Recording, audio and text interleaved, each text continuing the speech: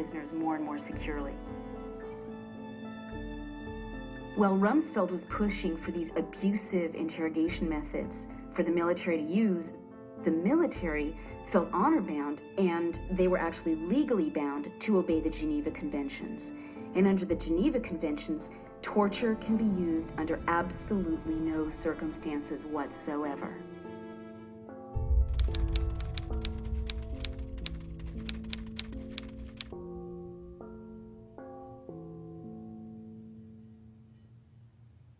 If you look at it pragmatically, does torture work? Does it do what you want to do, which is to save innocent life? And the answer is no, it doesn't. Waterboarding is the same thing that Saddam Hussein did when he was head of Iraq. It basically didn't work, and it was illegal, and worse, it provided information that was completely wrong. You know, even the justification for invading Iraq, for killing hundreds of thousands of people in Iraq, was based on a lie. It was based on a false confession obtained through torture.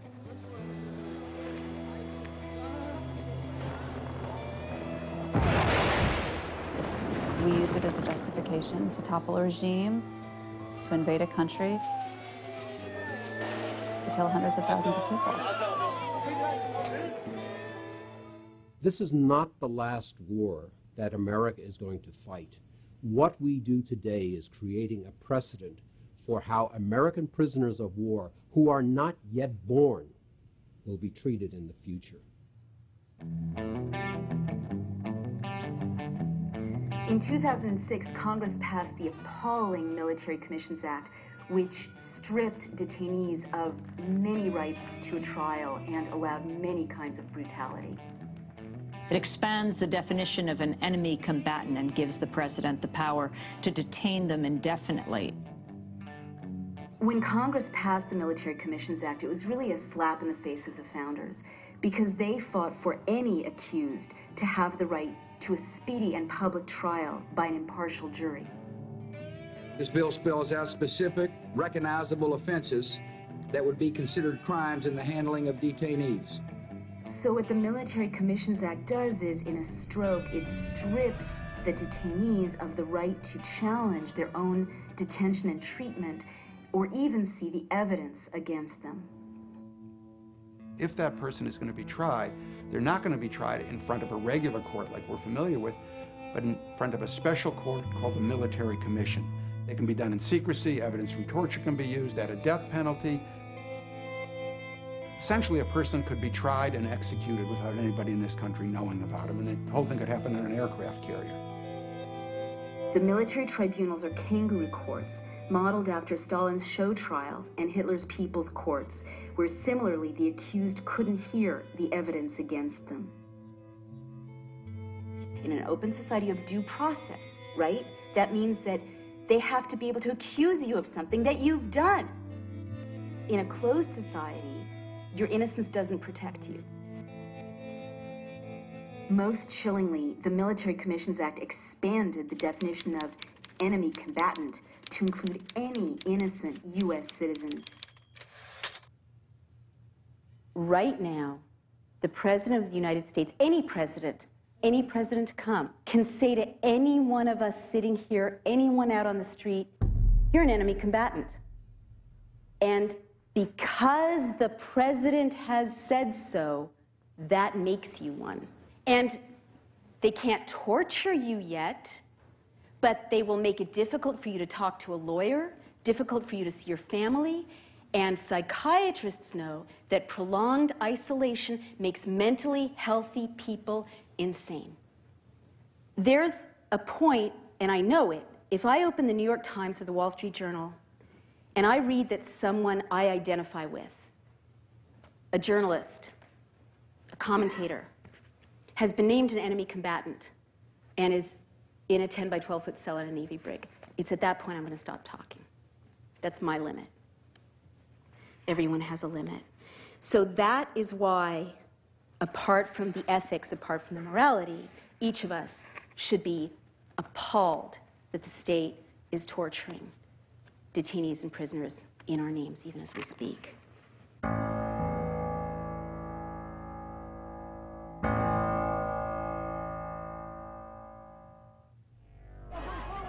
We have difficult work to do in Iraq. We're doing important work there. We need protection for our diplomats.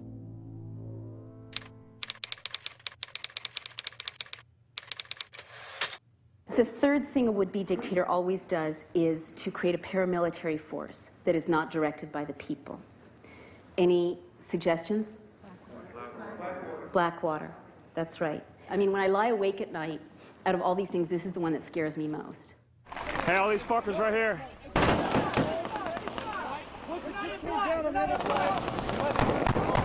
Blackwater is a paramilitary force headed by a guy, Eric Prince, with close ties to the White House.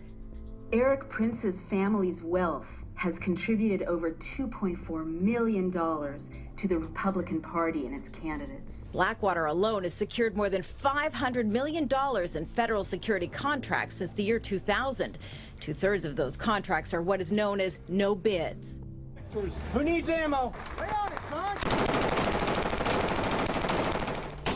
Most Americans don't know that Blackwater contractors are hand-picked torturers and murderers from countries that torture and murder their own civilians. Do you have any qualms about hiring people out of Chile to participate actively in this war? I believe the persons of that country have a free right to contract. Now, most of us know that Blackwater is operating pretty much outside the rule of law by design in Iraq, and we know they murdered 17 civilians in cold blood.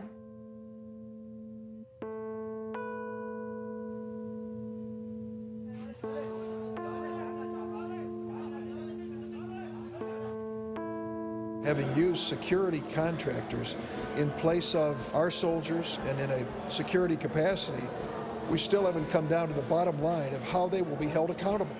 You do admit that Blackwater personnel have shot and killed innocent civilians, don't you? No, sir, I disagree with that. There could be ricochets, there are traffic accidents. Yes, this is war.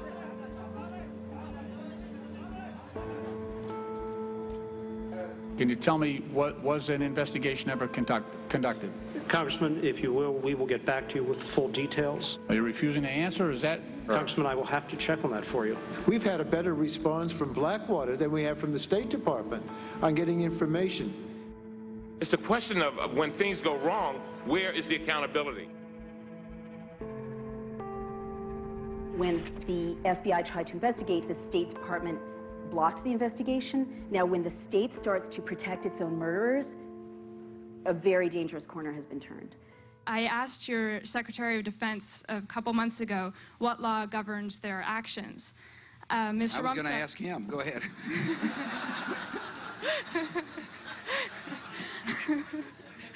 Help. Well, I was hoping. Blackwater is this horrific stealth threat to me because I have read history and I know what you can do even in a functioning democracy with a handful of paramilitary terrorizing people. For example, Mussolini, always the great innovator, started to bring Italy to its knees by using black shirts. He called them arditi. They were veterans returning from the war, and he would send them in a targeted way, go beat up that newspaper editor, go beat up this politician. And it's intimidating. Finally, there were scenes of when actual parliamentarians were getting threatened by these black shirts, they started to cave. And this prepared the way for Mussolini to triumph. And so, of course, Hitler knew something that worked when he saw it, so he deployed the brown shirts. So why is a paramilitary force so alarming? Why do we have the Fourth Amendment? The founders knew what it does to ordinary citizens to have a standing army that is erected not by the people, not accountable to the people. They made sure that the National Guard, our militias, are answerable to the people. That's why they made sure that there's posse comitatus, which means that the police are a domestic force, a civilian force, that we don't have a military occupation of our streets, okay? And that's one of the things that makes the United States different from countries all over the world where they know the state can break in. Blackwater Worldwide's high-risk